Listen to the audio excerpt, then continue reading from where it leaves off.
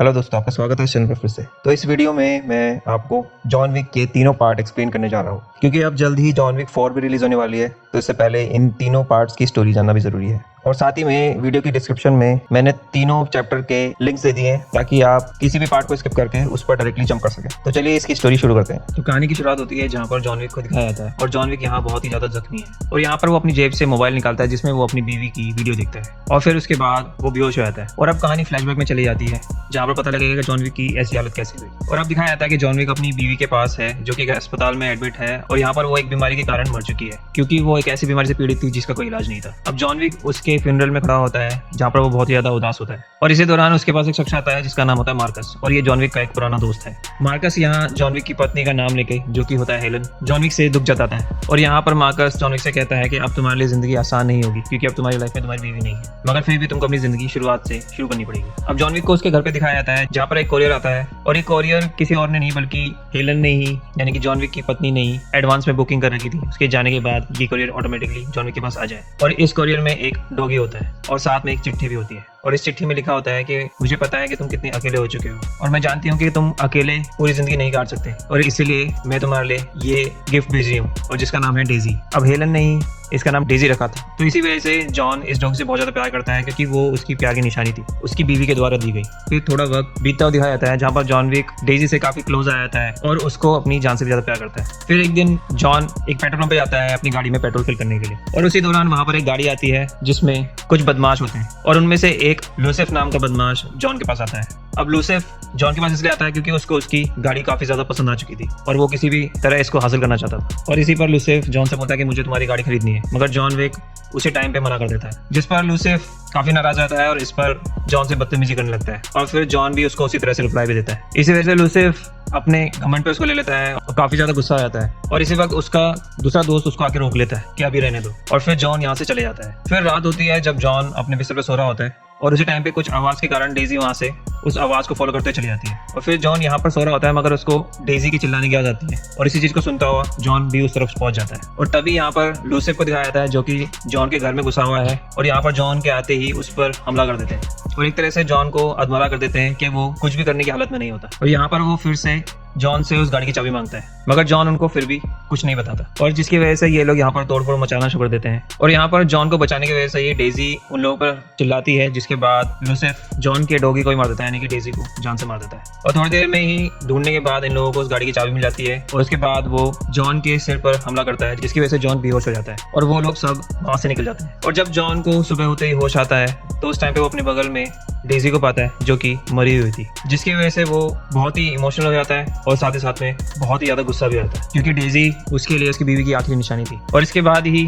John Daisy को दफना देता है, और फिर इस गुत्थी को सुलझाने के लिए निकल पड़ता है, और एक बंदे के पास पहुंचता है जिसका नाम होता है ओरियो। ओरियो एक गराज चलाता है जो कि चोरी की गाड़ियों पे काम करता है, और इसलिए जॉन यहाँ पर आता है कि उसको लगता है कि शायद उसकी गाड़ी यहीं पर आई होगी। ओरियो यहाँ पर जॉन को अच्छी तरह जानता है, तो ओरियो जॉन को बताता है कि थोड़ी देर पहले वो मेरे पास कार लेकर आया था, जिसका नाम है लूसिफ, और लूसिफ एक बहुत बड़े गैंगस्टर का बेटा है जिसका नाम है वीगो। और तभी दिखाया जाता है कि जब लूसिफ ओरियो के पास आया था तो क्या हुआ था। लूसिफ जब ओरियो के पास आया था कार लेके, तो बहुत खुश था, और वो ये भी बताता है कि उसने एक बंदे को पीट कर और उसके कुत्ते को मारकर ये कार लेकर आया है। यहीं पर ओरेलियो जब पहचान जाता है कि ये कार जॉन की है, तो उसी टाइम पे उसको एक पंच मार देता है, और साथ ही साथ में उनको बताता है कि तुम लोगों को पता नहीं कि कार किसकी है। और तभी के तभी उन लोगों को गैराज से बाहर निकलने के लिए बोलता है, और तभी लूसिफ के दोस्त वहां बोलते हैं कि तुम्हारा हश्र बहुत बुरा हो सकता है, क्योंकि तुमको पता नहीं कि तुमने वीगो के बेटे को मारा है। और इतना कहने के बाद वो लोग वहां से चले जाते हैं। इसी के बाद जॉन ओरेलियो से एक कार मांगता है कि जब तक उसको अपनी कार नहीं मिल जाती उसको उसकी कार चाहिए, और यहाँ पर ओरेलियो उसको फ्री में कार दे देता है। और फिर जॉन के जाने के बाद ओरेलियो के पास वीगो का कॉल आता है, जहाँ पर वीगो उसको बोलता है कि तुम्हारी हिम्मत कैसे हुई मेरे बेटे पे हाथ उठाने की।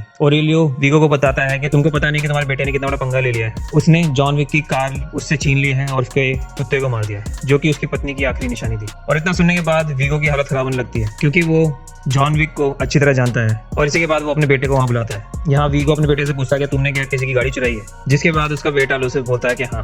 और यहाँ पर वीगो एकदम से अपने बेटे के पेट में एक पंच मारता है, जिसके बाद वीगो अपने बेटे से बोलता है कि तुझे पता भी है कि तूने किसकी गाड़ी चुराई है। और यहाँ पर लूसिफ बोलता है कि इसमें इतनी बड़ी बात क्या है, एक गाड़ी तो चुराई है। और साथ साथ में भी बोलता है कि कौन है ये जॉन विक, मेरा क्या कर लेगा। इसके बाद वीगो जॉन विक का इंट्रोडक्शन देता है कि आम लोगों को मारने के लिए कुछ छोटे मोटे कातिल काम आते हैं, और कातिलों को जो मारते हैं उन लोगों को बुलाया जाता है बुगीमैन, और जो बुगीमैन को मारता है उसका नाम है जॉन विक, जो कि अपने आप में ही एक खतरनाक चीज है। और तूने उससे पंगा लिया है और तुम्हें पता भी नहीं कि उसने कितने वूगीमैन का शिकार किया है और उसने काफी टाइम तक तो मेरे लिए भी काम करा था और उसको किसी को भी मारने के लिए किसी हथियार की जरूरत नहीं है, वो एक पेंसिल से ही लोगों को मार सकता है। और साथ साथ में उसको ये भी बताता है कि तूने उसकी बीवी की आखिरी निशानी उस पपी को मारा है, अब वो तुझे नहीं छोड़ेगा और तेरे पीछे जरूर आएगा। इसी के बाद देखते हैं कि जॉन विक अपने घर में फर्श तोड़ रहा है और यहाँ पर वो एक संदूक निकाल रहा होता है जिसमें काफी सारी बंदूकें होती हैं और सोने के सिक्के होते हैं। और फिर फोन आता है वीगो का जॉन विक के पास, जहाँ पर वो अपनी बेटी की जान बख्शने के लिए बोलता है, मगर इस पर जॉन कुछ भी जवाब नहीं देता और उसके बाद फोन डिस्कनेक्ट हो जाता है, जिस पर वीगो समझ जाता है कि जॉन अब उसके बेटे को नहीं छोड़ेगा और फिर वो अपने कुछ गुंडों को उसके घर पे भेज देता है, यानी कि जॉन के घर पे।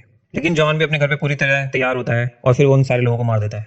और इसके बाद ही जॉन एक जगह पे कॉल करता है और फिर वो बोलता है मुझे डिनर रिजर्वेशन कराना है, और इसका मतलब गैंगस्टर की भाषा में होता है कि उसको लाशों को ठिकाने लगवाना है। और फिर जल्दी ही वहां पर कुछ लोग आते हैं और उन लाशों को ठिकाने लगा देते हैं और फिर बदले में जॉन इनको सोने के सिक्के देता है।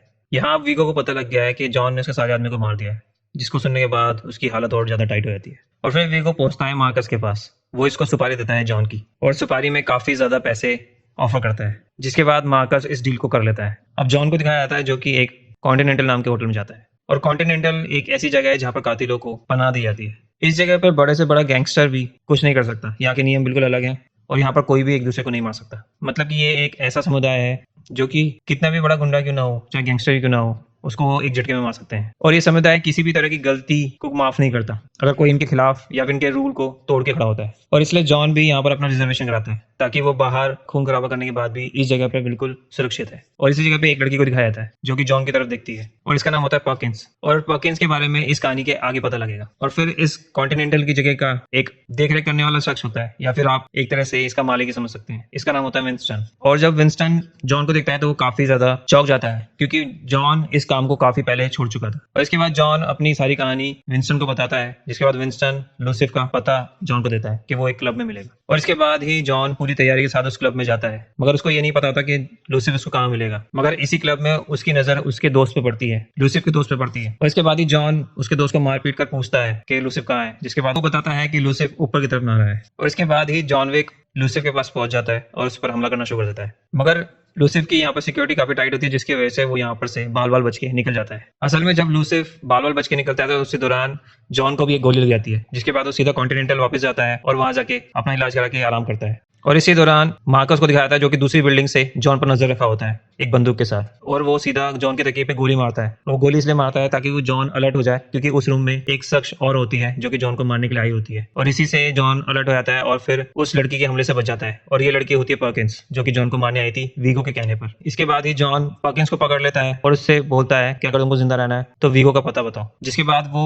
वीगो का पता तो नहीं बताती, मगर वो ये बता देती है कि वीगो अपना सारा पैसा किधर रखता है। और फिर जॉन उस लोकेशन की तरफ निकल पड़ता है पर्किंस को कॉन्टिनेंटल के हवाले करके। और जब जॉन निकल जाता है तो उसके बाद पर्किंस भी कॉन्टिनेंटल के आदमियों से किसी तरह उनको मारकर वहां से निकल जाती है। फिर जॉन वीगो के उस लोकेशन पे पहुंचकर उसके सारे पैसों को आग लगा देता है। अब जॉन ने इन पैसों को आग इसलिए लगाई थी क्योंकि उसको पता था कि अगर वीगो कहीं पर भी होगा वो इस चीज को देखकर यहीं पर आ जाएगा। और ऐसा ही होता है, वीगो उस जगह पे आता है और इसके बाद ही जॉन अपना हमला करना शुरू कर देता है। तभी एक गाड़ी तेजी से आती है और जॉन को उस गाड़ी से टक्कर लग जाती है, जिसके बाद जॉन बेहोश हो जाता है। और जब वो होश में आता है तो वो वीगो के कब्जे में होता है। इसके बाद ही वीगो जब जॉन को मारने वाला होता है, इसी दौरान मार्कस जॉन पर नजर रखा होता है और जो आदमी जॉन को मारने वाले होते हैं वो उन लोगों को दूर से गोली मार देता है और जॉन को बचा लेता है। इसके बाद ही जॉन जल्दी से वीगो को भी रास्ते में पकड़ लेता है और यहाँ पर वीगो गाड़ी से निकलते ही जॉन को उसकी जान बख्शने के लिए बोलता है और अपने बेटे लूसिफ का पता बता देता है। अब वीगो उसको अपने बेटे का पता इसलिए बताता है क्योंकि उसको पता था कि जहाँ पर उसने अपने बेटे को रखा है वहां पर बहुत ज्यादा सिक्योरिटी टाइट है। और इसके बाद ही जॉन उस लोकेशन पहुंच जाता है और यहाँ पर भी वो सब पे भारी पड़ता है और फिर एंड में वो लूसिफ को भी मार देता है। और फिर ये न्यूज वीगो को मिल जाती है, जिसके बाद वो अब जॉन को माफ नहीं करेगा। इसके बाद ही जॉन कॉन्टिनेंटल होटल से चेकआउट कर लेता है क्योंकि अब उसका काम हो गया है। और इसके बाद ही जॉन को मार्कस के साथ दिखाया जाता है और इससे पता लगता है कि मार्कस शुरू से ही जॉन के साथ था और जॉन को भी ये शुरू से ही पता था कि मार्कस को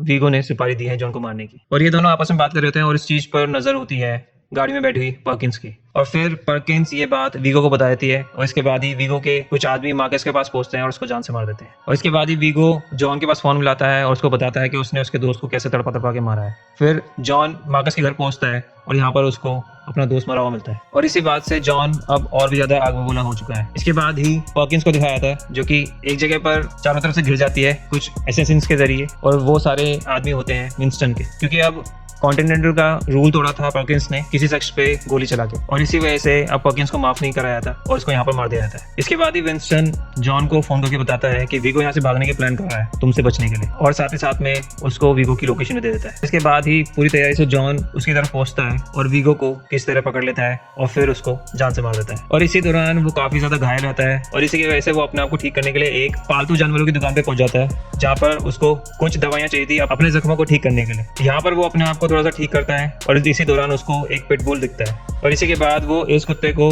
अडॉप्ट कर लेता है और अपने साथ ले जाता है। और इसी के साथ जॉन विक का फर्स्ट पार्ट यहाँ पर समाप्त हो जाता है। जॉन विक के सेकंड पार्ट में दिखाया जाता है जहाँ पर जॉन एक गाड़ी का पीछा कर रहा है जो कि उसकी खुद की गाड़ी है, मगर इस टाइम पे कोई और इसको चुरा के भाग रहा है। लेकिन यहाँ पर काफी देर पीछा करने के बाद भी जॉन के हाथ में ये गाड़ी नहीं लगती और इसी दौरान वो इन गैंगस्टर के एक आदमी को पकड़ने में कामयाब होता है और इसकी जेब में से उसको एक कार्ड मिलता है जो कि अब्राहम तारासो का कार्ड होता है। अब अब्राहम तारासो कोई और नहीं बल्कि वीगो का भाई होता है। यहाँ पर अब्राहम तारासो को दिखाया जाता है जिसके पास उसका एक आदमी आता है और उसको बोलता है कि आप भी वही गलती कर रहे हो जो आपके भाई ने करी थी और आपको जॉन विक से पंगा नहीं लेना चाहिए। और अब यहाँ पर अब्राहम भी थोड़ा बहुत घबरा रहा होता है। इसके बाद ही जॉन को दिखाया जाता है जो कि अब्राहम के अड्डे पे पहुंच चुका है और वो यहाँ पर जितने भी आदमी उसको रास्ते में मिलते हैं वो सबको मार देता है और अपनी गाड़ी ले लेता है। इसके बाद अब्राहम के आदमी भी इसका पीछा नहीं छोड़ते, मगर जॉन इन लोगों को भी सबक सिखा देता है। और इसके बाद ही जॉन समझ जाता है कि अब्राहम उसका पीछा नहीं छोड़ेगा, तो वो उसके अड्डे पे वापस जाता है, उसके सारे आदमी जितने भी रास्ते मिलते हैं सबको पीटता हुआ और अब्राहम के पास पहुंच के यही बोलता है कि मेरी तुमसे कोई पर्सनल दुश्मनी नहीं है और अगर तुम मेरे रास्ते में नहीं आओगे तो मैं भी तुम्हारे रास्ते में नहीं आऊंगा। इसके बाद अब्राहम इस चीज को मान जाता है और फिर जॉन अपनी गाड़ी लेके वहां से निकल जाता है। लेकिन जॉन की गाड़ी पूरी तहस-नहस हो चुकी है, जिसके बाद ही वो अपनी गाड़ी को लेके ऑरेलियो के पास जाता है और उसको उसकी गाड़ी ठीक करने के लिए बोलता है। इसके बाद ही जॉन के दरवाजे पे एक शख्स आता है जिसका नाम होता है सेंटिनो डी एंटोनियो और ये बंदा कोमोरा ऑर्गेनाइजेशन का बॉस होता है। कोमोरा एक इटालियन क्रिमिनल ऑर्गेनाइजेशन है और सेंटिनो जॉन को यहाँ पर एक मिशन देने आता है, मगर जॉन इस मिशन को सुनते ही इस मिशन के लिए मना कर देता है। मगर यहाँ पर एंटोनियो जॉन को बोलता है कि तुम मुझे मना नहीं कर सकते क्योंकि मेरे पास तुम्हारा मार्कर है। मार्कर एक ऐसी चीज होती है जिसपे देने वाला अपना खून लगाता है और कातिलों की दुनिया में इसका मतलब होता है कि अगर तुमने किसी को अपना मार्कर दिया है तो तुमको उसका ऑर्डर मानना होगा और एक ऑर्डर पूरा करने के बाद वो मार्कर की लाइफ खत्म हो जाती है। अब यहाँ पर एक क्वेश्चन आता है कि एंटोनियो के पास जॉन का मार्कर आया कहाँ से, और इसकी पूरी कहानी ये होती है कि जब जॉन वीगो के साथ काम करता था तो वीगो ने उसको एक मिशन दिया था जो कि बिल्कुल इम्पॉसिबल मिशन था, मगर इसको जॉन पूरा करने में सक्षम होता है और इस चीज में एंटोनियो ने भी इसकी मदद की थी और वहीं पर जॉन उससे इंप्रेस होकर उसको अपना एक मार्कर दे देता है और कातिलों की दुनिया में और क्रिमिनल की दुनिया में इस मार्कर को रिजेक्ट नहीं किया जा सकता। अब जॉन को उसका कहना मानना ही पड़ेगा, मगर इसके बावजूद भी जॉन एंटोनियो को मना कर देता है और वो कहता है कि मैंने ये काम छोड़ दिया है और इस बात से एंटोनियो काफी ज्यादा नाराज हो जाता है और इसके बाद ही वो जॉन को मारने की कोशिश करता है और इसके बदले एंटोनियो जॉन का पूरा घर ब्लास्ट कर देता है, मगर इसके बावजूद भी जॉन किसी तरह बच जाता है। इसके बाद ही जॉन पहुंचता है कॉन्टिनेंटल होटल में और यहीं पर उसकी मुलाकात पहले होती है विंस्टन से। विंस्टन जॉन को मिलके कुछ नियमों को दोबारा से दोहराता है उसके सामने, जहां वो जॉन से बोलता है कि तुम कुछ नियमों के बारे में बोल रहे हो। पहला नियम बताता है कि कभी भी कॉन्टिनेंटल में कोई भी खून खराबा नहीं होगा और दूसरा बताता है कि अगर तुमने किसी को अपना मार्कर दिया है तो तुमको उसका आदेश मानना होगा, मगर तुमने दूसरा नियम तोड़ा है और अभी तक तुम जिंदा हो ये तुम्हारी खुशनसीबी है और अगर तुमने मार्कर का नियम नहीं माना तो तुम्हारे पीछे पूरा अंडरवर्ल्ड पड़ जाएगा और जल्दी ही तुम्हें एक्स कम्युनिकाडो घोषित कर दिया जाएगा। तो तुम्हें अब चुनना है कि तुम्हें अब क्या करना है। तुम बताओ कि तुम्हें पूरी दुनिया से लड़ना है या फिर एंटोनियो के एक मिशन को पूरा करना है। यहाँ पर जॉन बोलता है कि उसने उसके पूरे घर को तबाह कर दिया है और साथ ही साथ में जॉन को भी मारने की कोशिश करी है, मगर विंस्टन यहाँ पर बोलता है अभी भी तुम एंटोनियो को नहीं मार सकते क्योंकि उसके पास तुम्हारा मार्कर है और उसका आदेश तुमको मानना ही पड़ेगा, क्योंकि मार्कर का एक और नियम होता है कि अगर किसी के पास तुम्हारा मार्कर है तो तुम उसको नहीं मार सकते। और विंस्टन यहाँ पर जॉन को एक चीज और बोलता है कि अगर तुमने उसका दिया गया आदेश पूरा कर दिया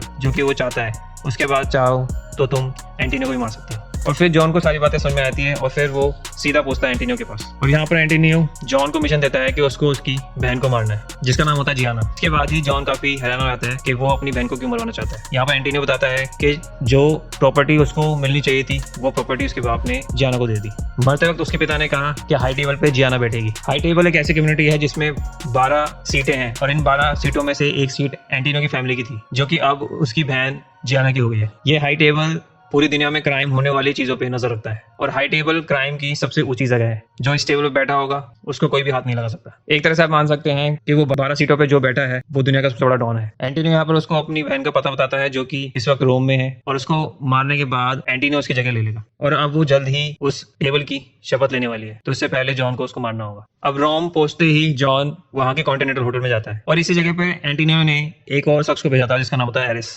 जो कि जॉन पर नजर रखने के लिए भेजी गई है। एरिस यहाँ पर गूंगी है लेकिन वो अपने काम में पूरी तरह माहिर है। अब जॉन के लिए यहाँ पर पूरी तरह चीजें रखी जाती हैं जो भी उसको चाहिए, हथियार और सब कुछ जो भी जॉन को चाहिए। तो जॉन यहाँ पर अपने लिए एक सूट सिलवाता है। उसको एक ऐसा सूट चाहिए होता है जो कि एक बुलेट प्रूफ सूट हो। इसके बाद ही जॉन पूरी तरह तैयार होता है और वो जियाना वाली जगह पे पहुंचता है। लेकिन जियाना के चारों तरफ बॉडीगार्ड्स होते हैं, मगर जॉन जियाना को पहले से ही जानता था और उसको पता होता है कि जियाना किस वक्त अकेली रहती है और उसी सही वक्त पर जॉन भी उसके पास पहुंच जाता है। यहाँ पर जियाना जॉन को देखते ही काफी हैरान हो जाती है और उससे पूछती है कि तुम यहाँ क्या कर रहे हो। यहाँ पर जॉन जियाना को बताता है कि उसके भाई ने उसको मारने के लिए भेजा है, उसकी उससे कोई भी दुश्मनी नहीं है, मगर वो मार्कर के रूल के हिसाब से बंधा हुआ है और इसलिए मजबूरन मुझे तुमको मारना पड़ेगा। यहाँ पर जियाना जॉन को बोलती है कि वो अपने आप को खुद मारेगी, ना कि वो जॉन के हाथों मरना चाहती है। इसके बाद ही वो अपनी नस काट लेती है और फिर अपने आप को मार लेती है। इसके बाद ही जॉन यहाँ से निकलने लगता है। जॉन जब यहाँ से निकल ही रहा होता है तो यहाँ पर जियाना का बॉडीगार्ड उसको देख लेता है और उसको देखते ही उस पर हमला करना शुरू कर देता है। इसके बाद ही जॉन अपने को बचाता हुआ सारे बंदों को मारता हुआ वहां से निकलता है। अब जॉन जब यहाँ से निकल ही रहा होता है तो उसको पता लगता है कि उसके ऊपर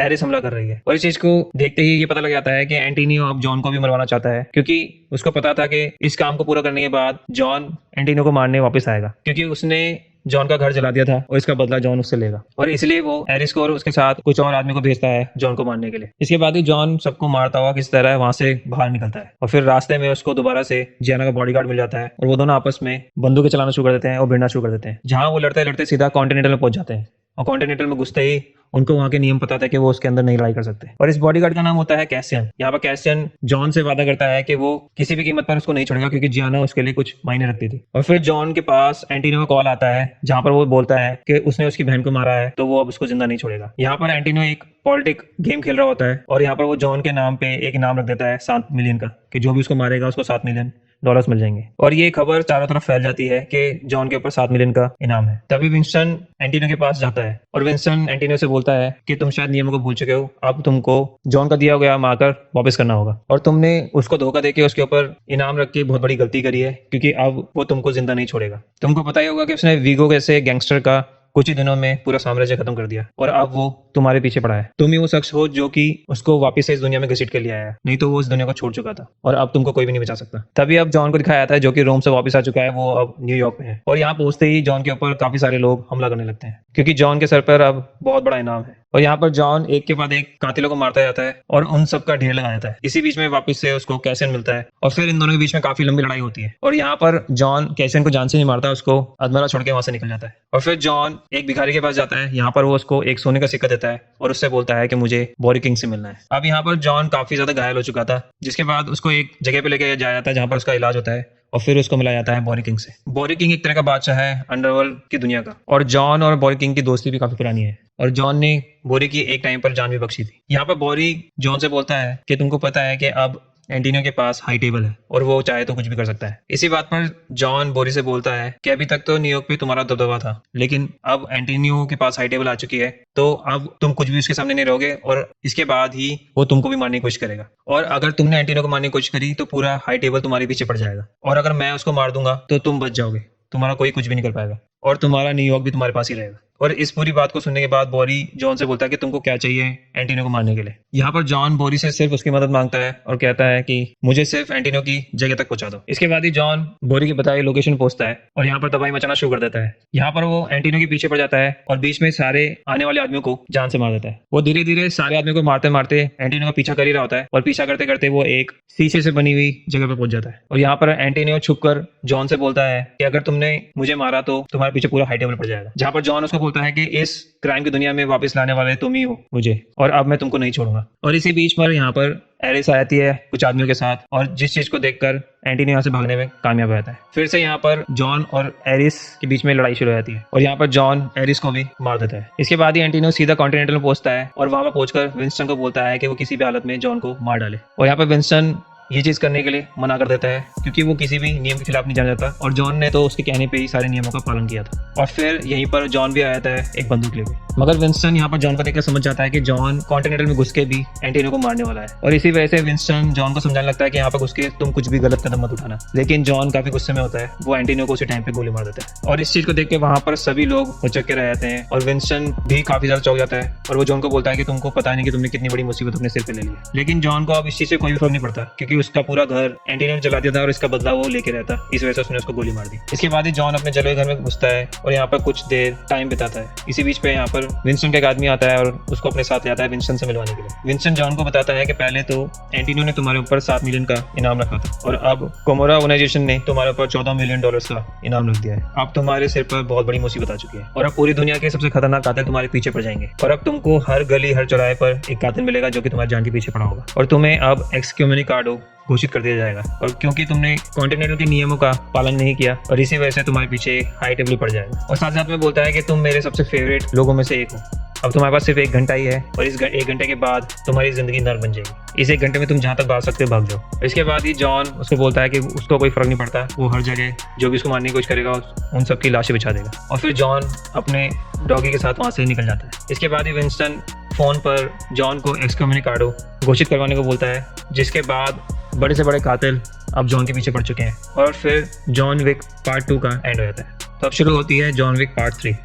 जॉन को यहाँ पर भागते हुए दिखाया जाता है क्योंकि अब उसके ऊपर $14 मिलियन का इनाम है और उस पर अब हर कातिल की नजर है। उसके पास पूरी दुनिया में कहीं पे भी छिपने की जगह नहीं है। जॉन यहाँ पर सबसे पहले एक टैक्सी पकड़ता है और इसमें घुसते ही इसको पता लगता है कि वो एक ट्रैफिक में फंस चुका है, जहाँ पर वो टैक्सी ड्राइवर को एक सोने का सिक्का देके बोलता है कि इस सिक्के को तुम कॉन्टिनेंटल में दिखा देना और मेरे कुत्ते को वहाँ पर छोड़ देना। इसके बाद ही वो वहाँ पर से निकल जाता है और सीधा एक लाइब्रेरी में पहुंचता है, जहाँ पर से वो एक बुक निकालता है जिसमें उसने कभी कुछ सोने के सिक्के रखे थे और उसकी बीवी के साथ फोटो होती है और एक क्रॉस का लॉकेट होता है, जिसमें से वो सारा सामान निकाल के अपनी जेब में रख लेता है, सिर्फ वो फोटो उस बुक में वापस रख देता है। और यहीं पर एक लंबा सा शख्स आता है जो कि जॉन को मारने के लिए आया होता है। यहाँ पर इस लंबे से आदमी को लगता है कि वो जॉन को आसानी से मार पाएगा, मगर जॉन उसको एक बुक की मदद से ही जान से मार देता है। लेकिन इस लड़ाई में जॉन भी कुछ हद तक घायल हो गया, उसको एक चाकू लग गया था और जिसके जरिए उसका खून बहता जा रहा है। और इसके बाद ही जॉन एक डॉक्टर के पास पहुंचता है, वहां पर वो उसकी मदद करने के लिए बोलता है, लेकिन डॉक्टर उसको बोलता है कि उसको जल्दी एक्सकम्युनिकाडो घोषित कर दिया जाएगा, जिसकी वजह से वो उसकी मदद करने में डरता है। मगर जॉन उसको यहाँ पर एक सोने का सिक्का देता है और उसके बाद ही डॉक्टर उसको अंदर बुला लेता है और यहीं पर डॉक्टर उसके घाव पर टाके लगाने लगता है। डॉक्टर ने आधे ही टाके लगाए थे। इसी दौरान उसका एक्सकम्युनिकाडो का टाइम शुरू हो जाता है और ये खबर हर जगह फैल जाती है और इसी के बाद डॉक्टर भी अपना हाथ रोक लेता है और आगे उसकी मदद करने के लिए मना कर देता है और यहीं पर जॉन को बचे टाके खुद से लगाने पड़ते हैं। और इसके बाद ही जॉन अपने घाव के लिए दवाइयां ढूंढना शुरू करता है। गलती से यहाँ पर डॉक्टर उसको दवाइयां बता देता है और इसी चीज की वजह से वो जॉन को बोलता है कि उसने बहुत बड़ी गलती कर दी है, जिसके लिए उसको सजा मिलनी चाहिए। और इसके बाद ही जॉन उसको 2 गोलियां मार देता है, लेकिन ऐसी जगह पर जिसकी वजह से उसकी जान ना जाए। इसके बाद ही बॉडी किंग को दिखाया जाता है जो कि अपने आदमी से बोल रहा होता है कि हम अब जॉन को कोई भी मदद नहीं दे सकते क्योंकि वो अब एक्सकम्युनिकाडो घोषित कर दिया गया है और इसलिए हमारा उससे कोई भी नाता नहीं है। और दूसरी तरफ जॉन को दिखाया जाता है जो कि चारों तरफ पागलों की तरह भाग रहा है कातिलों से बचने के लिए और अपनी सुरक्षा के लिए वो एक बंदूक की दुकान में घुस जाता है, मगर यहाँ पर भी उसके पीछे कुछ कातिल घुस जाते हैं और ये सारे कातिल काफी एक्सपर्ट होते हैं अपने काम में, मगर जॉन इन सबको भी खत्म कर देते हैं। अब जितने भी रास्ते में कातिल आते हैं उन सबको जॉन मारता रहता है और वहीं उस टैक्सी ड्राइवर जिसके पास जॉन का कुत्ता होता है वो कॉन्टिनेंटल पहुंच जाता है और कॉन्टिनेंटल के हवाले जॉन का कुत्ता कर देता है। इसके बाद ही जॉन को एक अस्पताल में दिखाया जाता है जहाँ पर वो एक घोड़ा उठा लेता है और फिर वो इसी घोड़े पे सवार होकर रास्ते पे निकल पड़ता है, जहाँ रास्ते में उसको बहुत सारे कातिल मिलते हैं जो कि उसका पीछा कर रहे थे उसको मारने के लिए, लेकिन वो सबको सबक सिखाता है और सबको जान से मार देता है। अब जॉन ने काफी सारे कातिलों को मार दिया है तो इसलिए जॉन को और ज्यादा खतरनाक बताते हैं, उसके सर पे रखा हुआ इनाम बढ़ा देते हैं, 14 मिलियन की जगह 15 मिलियन कर देते हैं। और अब जॉन एक औरत के पास पहुंचता है और ये औरत रस्का रोमा क्राइम सिंडिकेट की डायरेक्टर होती है। रस्का रोमा एक ऐसी जगह है जहाँ पर कातिलों को तालीम दी जाती है और उनको और भी बेहतर बनाया जाता है और जॉन ने भी इसी जगह से अपनी तालीम ली है। और यहाँ पर जॉन के बारे में कुछ और भी चीजें पता लगती है कि जैसे कि उसकी पैदाइश बेलरी में हुई थी और उसका नाम होता है जर्दानी जानोविच। यहाँ पर जॉन डायरेक्टर से मदद मांगता है लेकिन डायरेक्टर उसकी मदद करने से उसको मना कर देती है और तभी जॉन उसको उसके पास रखा हुआ क्रॉस दिखाता है। अब इस क्राइम की दुनिया में इस क्रॉस को रोजरी कहा जाता है। जितनी वैल्यू एक मार्कर की होती है उसी तरह से इस क्रॉस की भी उतनी वैल्यू होती है और ये क्रॉस उसको उस डायरेक्टर से ही मिला था, इसलिए वो क्रॉस उसको दिखाता है और उसकी मदद करने के लिए बोलता है। इसके बाद ही डायरेक्टर जॉन की मदद करने के लिए मान जाती है। इसके बाद ही जब जॉन डायरेक्टर के साथ जा रहा होता है तो रास्ते में दिखाया जाता है कि जिस तरह से जॉन को तालीम दी गई थी उसी तरह से वहाँ पर कुछ और लोगों को तैयार करा रहा है जो कि बच्चे हैं। अब जॉन उसको बोलता है कि उसको किसी भी तरह से कासाब्लांका पहुंचना है। फिर एक लड़की को दिखाया जाता है जिसको यहाँ पर लोग एडजुडिकेटर बोलते हैं और एडजुडिकेटर का मतलब होता है न्याय निर्णायक और ये लड़की हाई टेबल से आई है और ये लड़की यहाँ पर इसलिए आई है क्योंकि ये उन सब लोगों को सजा देना चाहती है जिसने हाई टेबल का उल्लंघन किया है। और फिर ये विंस्टन से मिलती है और उसको बोलती है कि तुमने कुछ भी नहीं किया जब जॉन ने तुम्हारे सामने ही कॉन्टिनेंटल का रूल तोड़ा था एंटोनियो को मार के। इसके बाद ही विंस्टन बोलता है कि जॉन को ऑलरेडी सजा मिल चुकी है क्योंकि उसको एक्सकम्युनिकाडो घोषित कर दिया गया है। यहाँ पर एडजुडिकेटर बोलती है कि तुमने उसकी मदद करने की कोशिश करी है, क्योंकि उसको एक्सकम्युनिकेट करने से पहले तुमने 1 घंटा मांगा था और 1 घंटा जॉन के लिए बहुत ज्यादा है। वो इतना ज्यादा चालू है कि उसने 1 घंटे में यहाँ से निकलने की पूरी तैयारी कर ली होगी और इसी वजह से तुमको भी सजा मिलनी चाहिए। और तुम्हारी सजा ये है कि तुमको 7 दिनों में तुम्हारे पद से हटा दिया जाएगा और जो तुम्हारे होटल को कॉन्टिनेंटल का दर्जा मिला था वो भी छीन लिया जाएगा। और फिर यही लड़की बॉरी किंग से भी जाके मिलती है, जहाँ पर पहुंच के वो बॉरी किंग से बोलती है कि तुमको बहुत अच्छी तरह पता था कि वो एंटोनियो को मारने जा रहा है और ये भी क्लियर था कि एंटोनियो एक हाई टेबल का शख्स है। और इतनी सारी चीजों को जानने के बाद भी फिर भी तुमने जॉन की मदद की और इसलिए तुमको अब 7 दिनों का वक्त दिया आ रहा है। इस दौरान तुमको न्यूयॉर्क छोड़ना पड़ेगा और अगर तुमने ये रूल नहीं माना तुमको जान से मार दिया जाएगा। लेकिन बॉरी किंग इस चीज से बिल्कुल इनकार कर देता है और कहता है कि मैं न्यूयॉर्क छोड़ के किसी भी हालत में नहीं जाऊंगा, चाहो तो तुम कुछ भी कर लो। और फिर एडजुडिकेटर ये कह के यहाँ पर से निकल जाती है। तभी हम जॉन को देखते हैं जो कि कासाब्लांका पहुंच चुका है, लेकिन यहाँ पर भी बहुत सारे कातिल होते हैं जो कि जॉन के पीछे पड़े हैं क्योंकि उसके सिर पर इनाम है और जॉन इन सब का भी मुकाबला करता है, उन सबको मार देता है। और फिर यहाँ पर एक आदमी आता है जो कि जॉन को अपने साथ उस जगह की कॉन्टिनेंटल में लेके जाता है और फिर यहाँ पर एक शख्स को दिखाया जाता है जिसका नाम होता है सोफिया, जो कि इस कॉन्टिनेंटल की मैनेजर होती है और साथ साथ में सोफिया जॉन की एक पुरानी दोस्त भी है। और उस दौरान जॉन ने सोफिया के बेटे की जान भी बचाई थी और इसी टाइम पर सोफिया ने जॉन को एक मार्कर दिया था और इस मार्कर को दिखाकर जॉन सोफिया से मदद मांगता है। लेकिन सोफिया को यह भी पता है कि अब जॉन को एक्सकम्युनिकेटो घोषित कर दिया गया है और उसका मार्कर अब किसी भी वैल्यू का नहीं रह गया है क्योंकि अब कोई भी हाई टेबल का रूल उसके ऊपर लागू नहीं होता। लेकिन सोफिया ने उससे कभी वादा किया था। सोफिया उसको बोलती है कि अगर मैंने तुम्हारी मदद की तो उसकी वजह से उसकी फैमिली पर भी बात आ जाएगी। लेकिन जॉन यहाँ पर सोफिया से बोलता है कि उसको सिर्फ एक ही मदद चाहिए कि तुम मुझे बराडा के पास पहुंचा दो और इसके बाद सोफिया उसकी इतनी मदद करने के लिए तैयार रहती है। तभी एडजुडिकेटर दिखती है जो कि एक शख्स के पास जाके बैठ जाती है जिसका नाम होता है जीरो। जीरो एक ऐसी ऑर्गेनाइजेशन चलाता है जो कि बहुत सारे खतरनाक कातिलों के साथ रहता है और वो खुद भी बहुत बड़ा क्रिमिनल है। जहाँ पर एडजुडिकेटर जीरो से बोलती है कि तुमको उन सब लोगों को मारना होगा जिन ने जॉन की मदद की है। इसके बाद ही ये लोग पहुंचते हैं रस्का रोमा के पास। यहाँ पर ये काफी लोगों को मार देते हैं और फिर वहाँ के डायरेक्टर के पास पहुंचते हैं। यहाँ पर एडजुडिकेटर बोलती है डायरेक्टर से कि तुमने जॉन की मदद क्यों की। यहाँ पर डायरेक्टर बताती है कि उसने मदद इसलिए की क्योंकि उसके पास उसका दिया गया रोजरी उसके पास था। यहाँ पर एडजुडिकेटर बोलती है कि तुमने उसके एक्सकम्युनिकेटो घोषित होने के बाद और हाई टेबल के खिलाफ जाकर उसकी मदद की, जिस पर डायरेक्टर मान जाती है और कहती है कि मैं अब सजा लेने के लिए तैयार हूँ। और फिर डायरेक्टर अपने दोनों हाथ आगे बढ़ाती है जिसके बाद जीरो उसके हाथ में एक तलवार घुसेड़ देता है। तभी हम जॉन और सोफिया को देखते हैं जो कि बराडा के पास जाने को तैयार हो चुके हैं। सोफिया अपने साथ 2 कुत्तों को भी लेके जाती है और जब वो बराडा के पास पहुंचते हैं, यहाँ पहुंचते ही जॉन बराडा से मदद मांगता है। बराडा से मदद मांगता है कि उसको एल्डर से मिलना है। एल्डर एक ऐसा शख्स है जो कि हाई टेबल पर सबसे ऊंची पदों पे बैठे होते हैं। बराडा जॉन को बताता है कि उनसे मिलना इम्पॉसिबल है, उनसे दुनिया का कोई भी बड़े से बड़ा आदमी उनसे नहीं मिल सकता और उनसे कोई तभी मिल सकता है जब वो खुद चाहे और उसके लिए तुमको रेगिस्तान में जाना पड़ेगा। और वो उसको बताता है कि तुमको रेगिस्तान में जब तक चलना पड़ेगा जब तक तुम बेहोश ना हो जाओ और जब तुम बेहोश होके गिर जाओगे उसके बाद एल्डर्स तुमको खुद वहां पर अपने पास बुला लेगा। इसके बाद ही जॉन और सोफिया वहां से निकलने को होते हैं, मगर बराडा उनकी मदद करने के लिए सोफिया का एक कुत्ता मांगता है, मगर सोफिया अपना कुत्ता देने के लिए मना कर देती है। इसी बात पर बराडा को गुस्सा आता है और वो सोफिया के कुत्ते को गोली मार देता है और इसी चीज को देखने के बाद सोफिया काफी गुस्से में आती है और फिर यहाँ पर चारों तरफ खून खराबा शुरू हो जाता है। इसी बीच में सोफिया के कुत्ते को जिसको गोली लगी थी वापस से उठते हुए दिखाया जाता है क्योंकि उसको बुलेट प्रूफ जैकेट बना रखी थी। और अब दिखाया जाता है कि बराडा के सारे आदमी जॉन और सोफिया को मारना चाहते हैं। अब यहाँ पर ये सारे लोगों को सबक सिखाए जाते हैं और जाते जाते सोफिया बराडा के पैर पे भी गोली मार देती है क्योंकि उसने उसके कुत्ते पे गोली चलाई थी। अब यहाँ पर से निपटने के बाद जॉन और सोफिया पहुंचते हैं रेगिस्तान में और यहाँ पहुंचते ही जॉन सोफिया को उसका दिया गया मार्कर उसको वापस कर देता है। फिर सोफिया यहाँ से वापस चली जाती है और इसके बाद ही जॉन रेगिस्तान में चलना शुरू कर देता है क्योंकि उसको पता है कि उसको तब तक चलना है जब तक वो बेहोश ना हो जाए। और दूसरी तरफ दिखाया जाता है जहाँ पर बॉरी किंग की जगह पर जीरो पहुंच चुका है और एडजुडिकेटर पहुंच चुकी है। यहाँ पर जीरो बॉरी किंग के सारे आदमी को जान से मार देता है और एडजुडिकेटर बॉरी किंग से मिलकर बोलती है कि तुमको अब सजा मिलेगी क्योंकि तुम अभी तक न्यूयॉर्क छोड़ के नहीं गए और सजा के तौर पर उसके शरीर पर 7 जगहों पर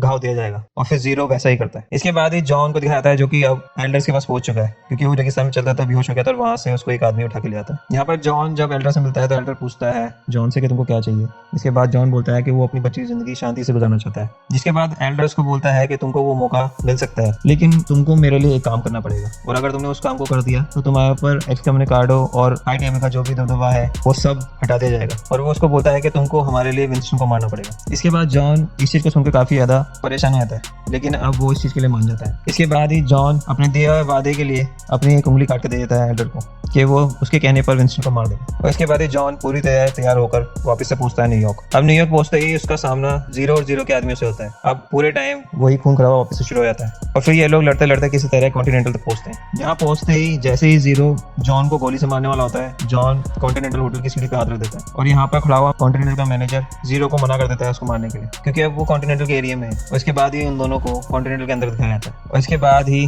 जॉन के पास का कुत्ता भागता हुआ आता है और यहाँ पर जीरो जॉन को ये बताता है कि वो उसका बहुत बड़ा फैन रहा है। अगले सीन में जॉन विंस्टन से मिलता है। यहाँ पर जॉन विंस्टन को बताता है कि उसको भेजा गया है विंस्टन को मारने के लिए, और विंस्टन भी बोलता है कि उसको भी बोला गया है तुमको मारने के लिए। विंस्टन यहाँ पर बोलता है कि तुमको मुझे मारना है तो मार दो, क्योंकि वो किसी और के हाथों से अच्छा अपने दोस्त के हाथों से मरना चाहता है। लेकिन जॉन बोलता है कि वो उसको नहीं मार पाएगा। तभी यहाँ पर एडजुडिकेटर आ जाती है और इसके बाद ही वो उन लोगों को फैसला लेने को बोलती है, जिस पर जॉन विंस्टन को मारने से इनकार कर देता है और विंस्टन भी बोलता है कि मैं अपने पद को नहीं छोड़ूंगा। तभी एडजुडिकेटर कॉल करती है एडमिनिस्ट्रेटर को, वो कहती है कॉन्टिनेंटल न्यूयॉर्क होटल को रद्द कर दिया जाए और अब वो हाई टेबल का हिस्सा नहीं है। और फिर एडजुडिकेटर पहुंचती है जीरो के पास और वो उसको बताती है कि अब इस होटल में तुम कुछ भी कर सकते हो, ये एक हाई टेबल का हिस्सा नहीं रहा। और फिर इस होटल में चारों तरफ दुश्मन भर जाते हैं और विंस्टन जॉन को अपने एक रूम में लेके जाता है जहाँ पर बहुत ही खतरनाक हथियारों से लैस होता है। यहाँ से जॉन हथियार उठा लेता है और फिर शुरू होता है खून खराबा, और इसका साथ यहाँ पर विंस्टन और उसका मैनेजर भी देते हैं। इसके बाद ही धीरे धीरे काफी लोगों को मारते रहते हैं। इसके बाद ही जॉन का सामना होता है जीरो के शागिर्दों से, जो कि जॉन को बहुत ही कड़ी टक्कर देते हैं, लेकिन जॉन इनको भी मार देता है। इसके बाद ही जॉन का मुकाबला होता है जीरो से। इनके बीच में काफी लंबी लड़ाई चलती है, जिसके बीच में एक दूसरे को काफी ज्यादा घायल कर देते हैं, और जहाँ पर अंत में जॉन जीरो को मारने में कामयाब होता है और ये बात एडजुडिकेटर को पता लग जाती है। इसके बाद ही एडजुडिकेटर